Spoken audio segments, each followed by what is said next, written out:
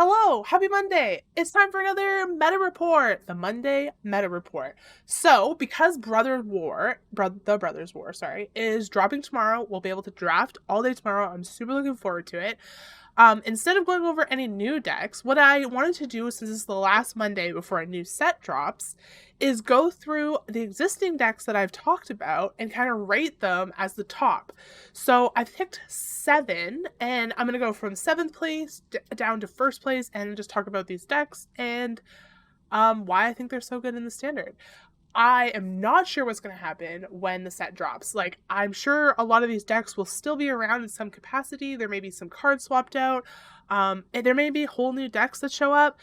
But in my opinion, these 7 were the strongest decks in the current standard. So let's get into it. The first one I have in number 7 is Red Deck Wins. So this deck is the fastest aggro deck on the market. Mono red is always one of the fastest. Has quite a few cards that increase its speed too. Basically everything has haste except for Rada's Firebrand. This card doesn't have haste, but it gives you the ability to make one of the creatures the opponent control not be able to block. You can only do that to creatures that have less power than her, but with things like Kumano Faces, where she can come in with an extra counter potentially, you definitely get a lot of value out of them not being able to block. And then this has a ton of burn spells with lightning strikes and play with fire, and then haste creatures that let you play them again, like the Bloodthirsty Adversary. There's the werewolf that comes in with haste 2, the Stormseeker. So lots of haste creatures and burn spells, and this deck is super fast. There is another version of this that plays similarly. It's the green-red Gruul aggro. It has a lot of creatures with a little bit of burn and control as well.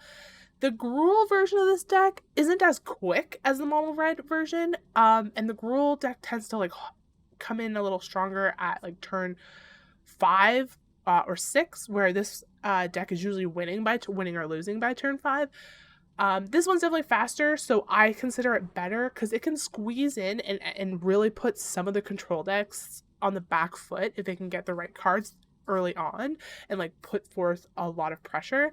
Whereas the Gruul one is a little bit easier to get countered by all the counter decks that are around. So both really good and really fun. I really hope Aggro gets some buffs with the new set because I love playing aggressive decks. And I didn't have a ton of luck with my mono red or my red green once I got into Diamond. But they're still very cool decks. They get shut down by removal and life gain, unfortunately. And we'll take a look at the rest of the decks in here, but they pretty much all have removal and life gain. So I think that is why Red Deck Wins isn't winning as much as it usually does.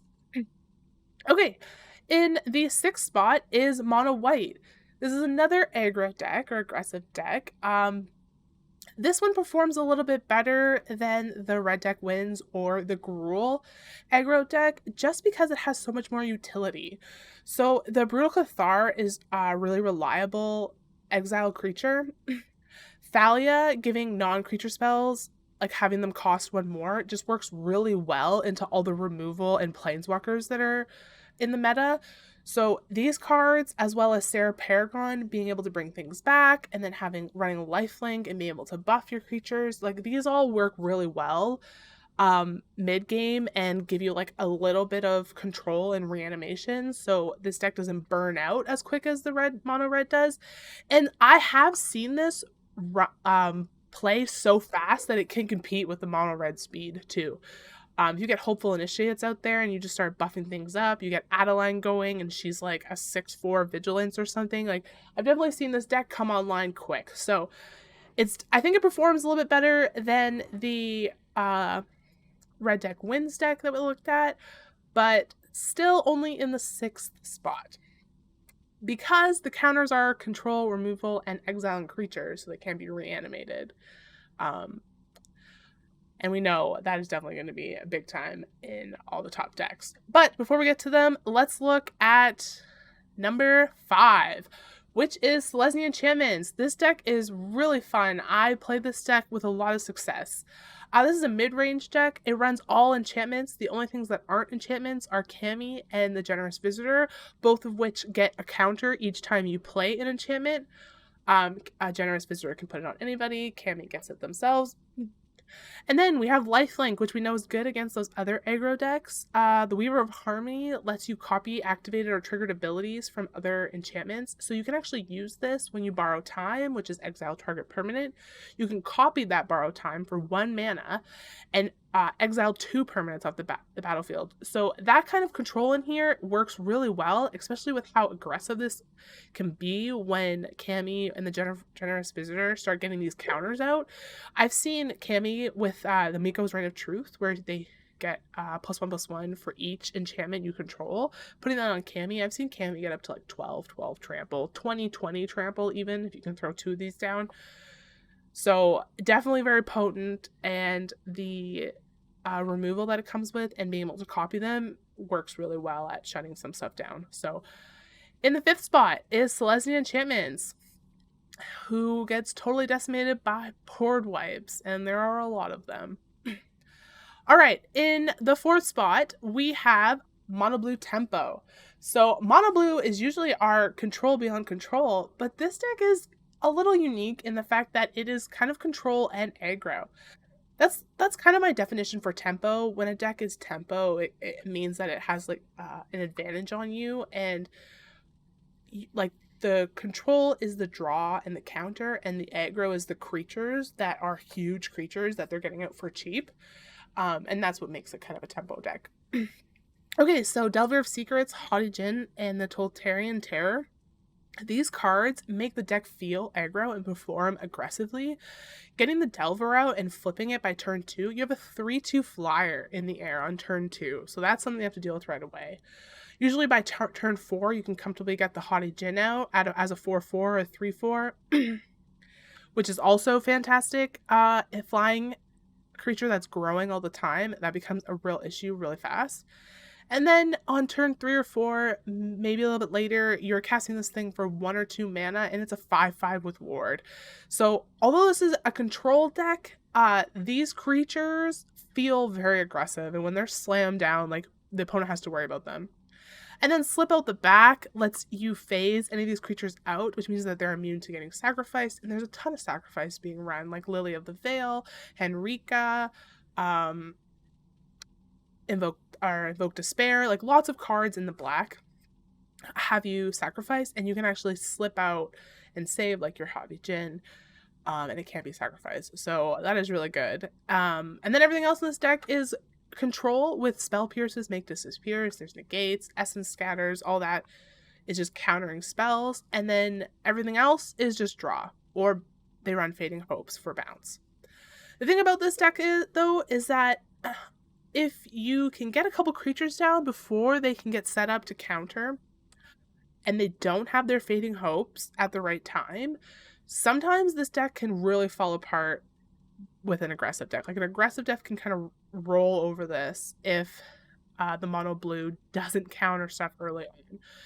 So it's definitely not one of the top decks out there, just because it doesn't have a way to remove things once they're down, aside from the Fading Hope. So if you ever miss a counter or your deck isn't been performing well, it's really hard to come back from it, and that's the downfall of this deck, really.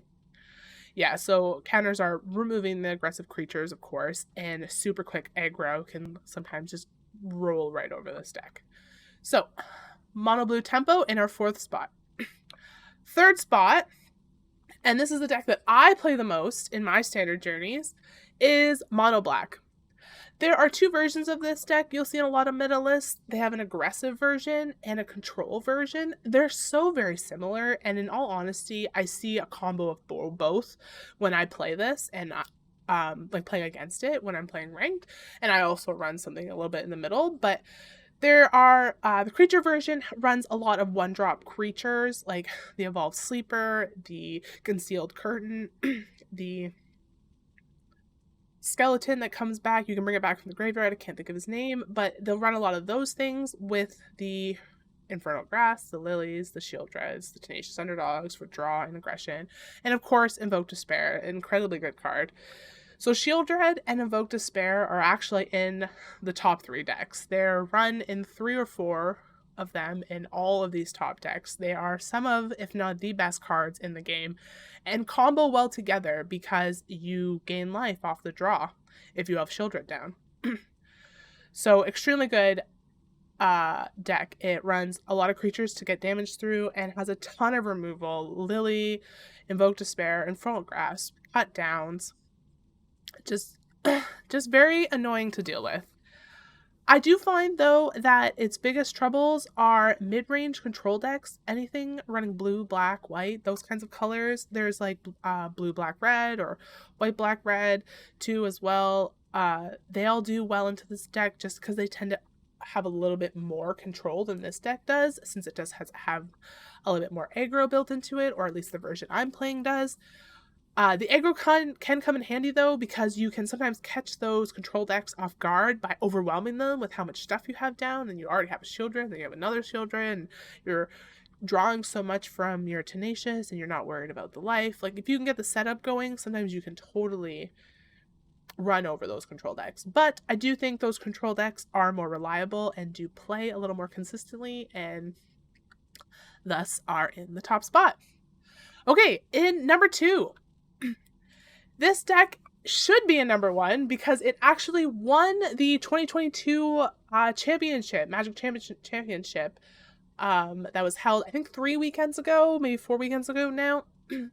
So this was run by Nathan Stewart, I believe his name was, and he won the whole tournament with this deck. He was the only person running Grixis Midrange. There were 32 competitors at that competition, and 22 of them ran Esper.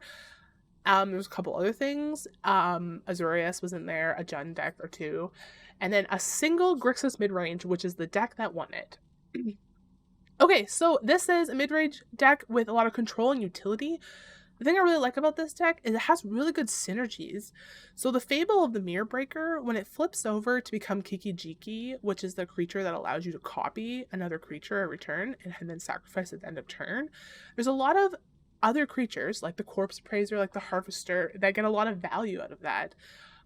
So the combination there as well, like we're running Shieldreds and Invoke Despairs, and we get more draw from the Bankbuster, and Corpse Appraiser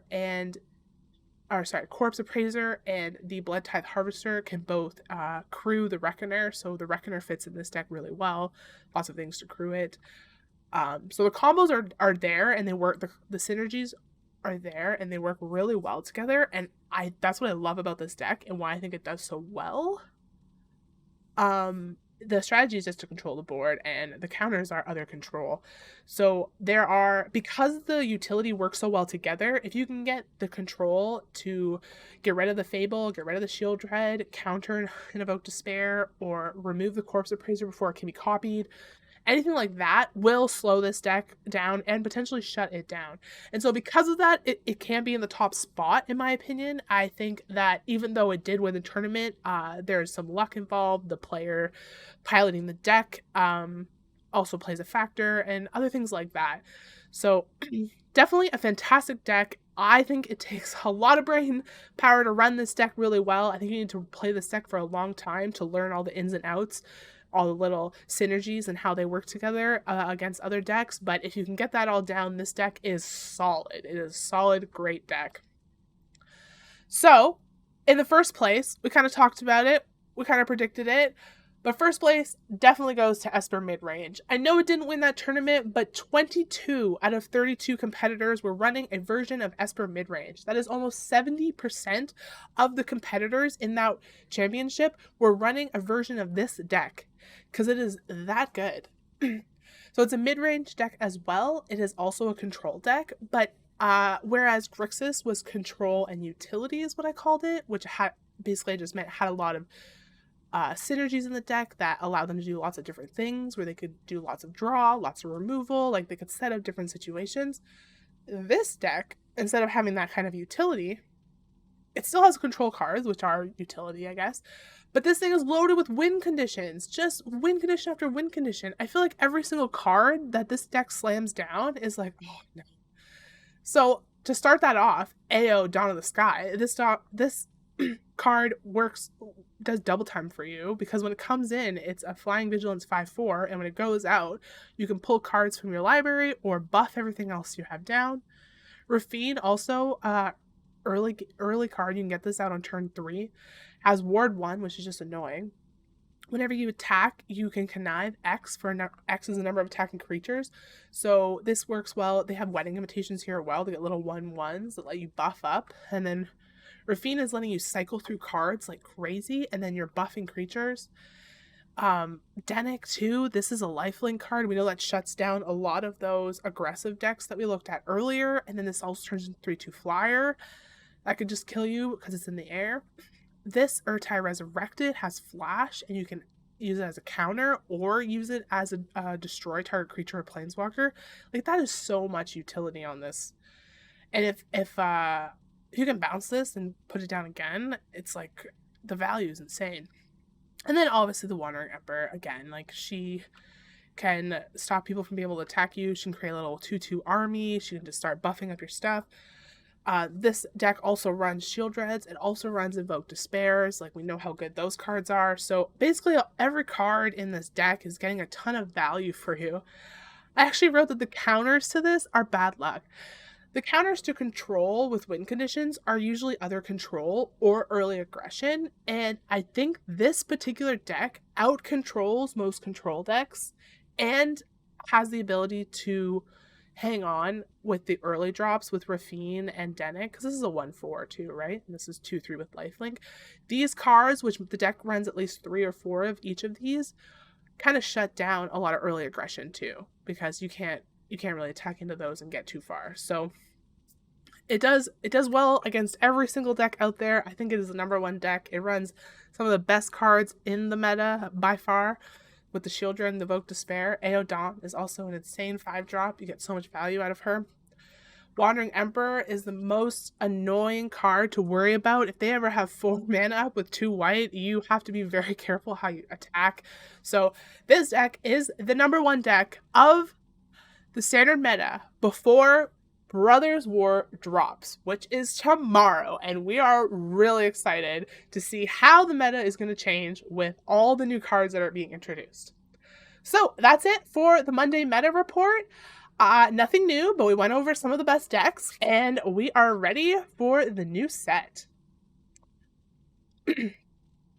Oh, actually, before I jump off, I made this graphic too, where I kind of ranked them, but we talked about it. So Esper in first, Grixis in second, Mono Black in third, Mono Blue Tempo in fourth, Selesnya Enchantments in fifth, Mono White in sixth, and in last place is Red Deck Wins, but still top 7 deck out there, in my opinion. There are other decks, of course, that probably deserve to be in here, like the Radkos, the Red Black. There are the Gruul deck we talked about. Jund has been showing up a lot lately too. And not to say that these decks are all way better and always going to beat them. Like, there are other decks that are really good and do perform well. But in my experience in playing through Diamond, Platinum, and Mythic, and of all the research that I have done, I think these are the 7 best performing decks in Standard right now. All right. Thank you so much.